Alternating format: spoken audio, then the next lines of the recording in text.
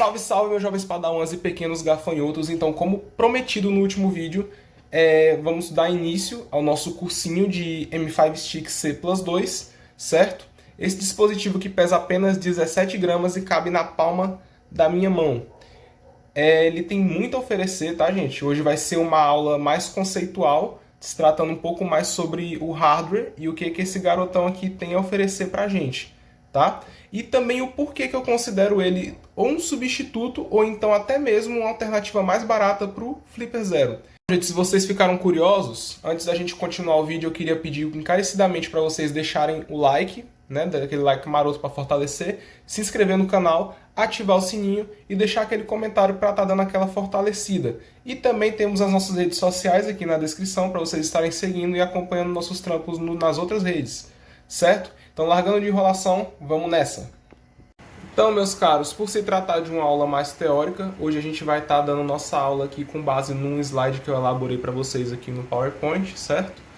E hoje a gente vai dar uma introduçãozinha básica, né, ao M5 Stick C+2, um pouquinho ali sobre o hardware dele e sobre as entradas, né, tanto a entrada Groove quanto a entrada GPIO. Então, vamos nessa. Vamos lá? Começando aqui, esse é o nosso garotão stick, certo? Então, essa é a nossa parte frontal. Na nossa parte frontal, a gente tem aqui essa interface bonitinha. Esse quadradinho que está aparecendo é o firmware padrão que vem nele, certo? E a gente vai começar pelos botões. O primeiro botão é o nosso botão de reset. O botão de reset, ele consiste em ser esse botãozinho aqui, ó. Tá nessa parte aqui, ó. Que tá ele aqui de frente, ele fica nessa parte aqui, ó. Para que esse botão serve? Ele serve tanto para ligar quanto para desligar o nosso stick. Quer ver, ó? Vou apertar aqui nele.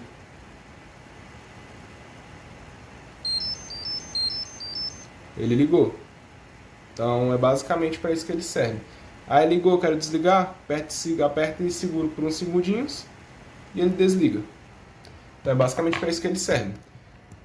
De segundo botão, a gente também tem o nosso botão central, né? O nosso botão principal, que é o nosso botão que tem a escrita aqui M5, certo?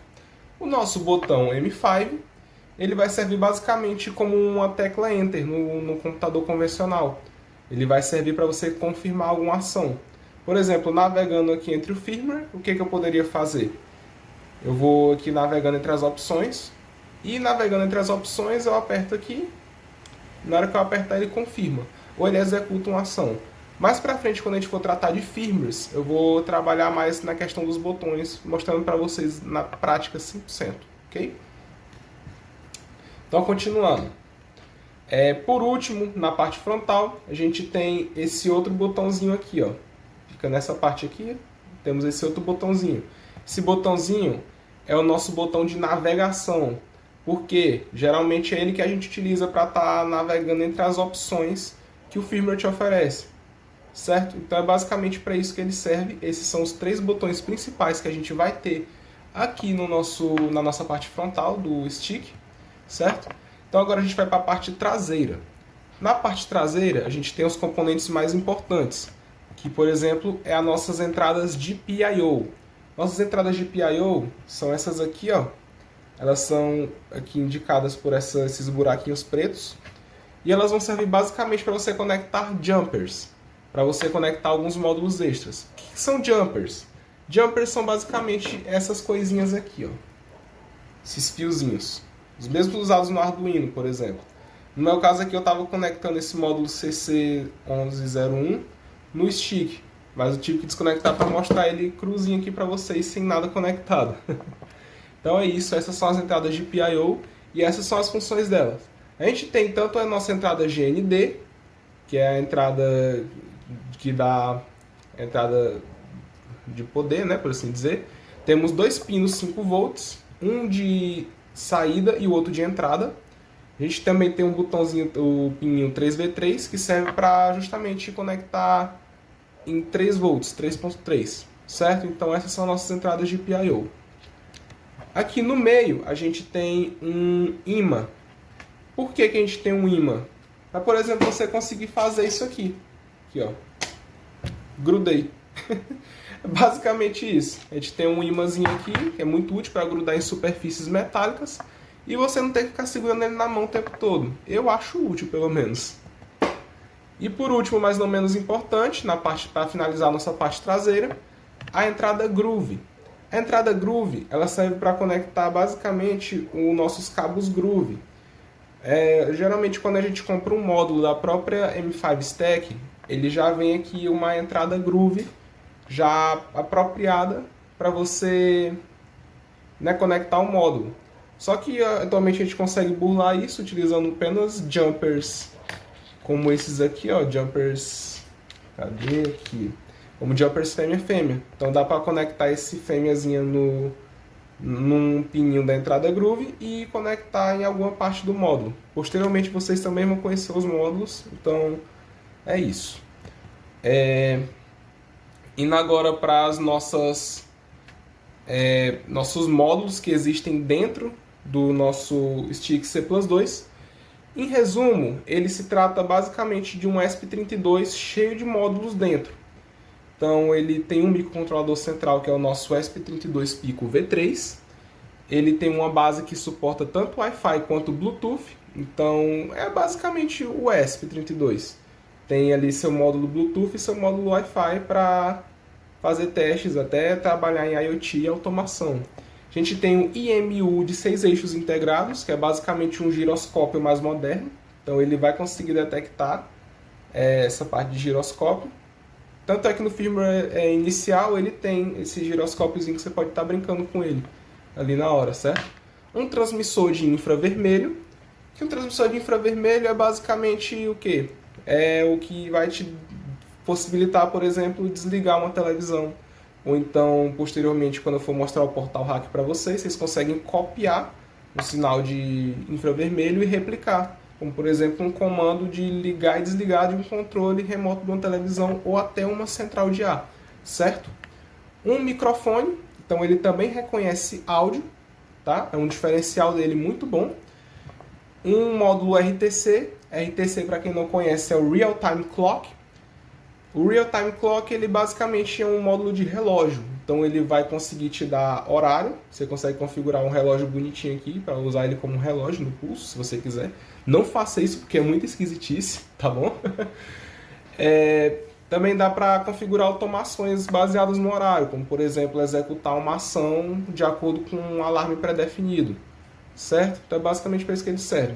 Botões, né, que eu já apresentei para vocês. Temos o principal, de navegação e o botão de reset. E um LCDzinho aqui de 1,14 polegadas. Uma telinhazinha para você ver, né? Tudo tranquilo? A parte mais cachorra que eu considero do nosso stick C+2, que é a nossa bateria de lítio embutida. É uma bateria que tem apenas 200 mAh. Não dá para nada.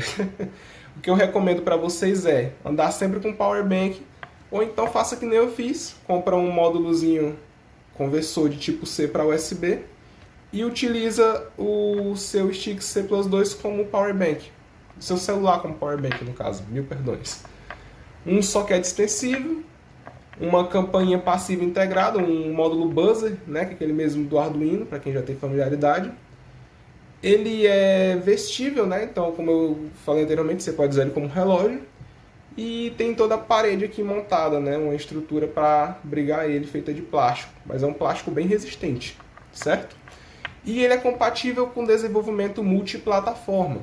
O que isso quer dizer? Você pode programar ele tanto em MicroPython, como C e C++, ou então pela própria UI Flow, que tem na loja da M5 Burner, que é uma espécie de módulo de programação em blocos. Muito bom também, tá? A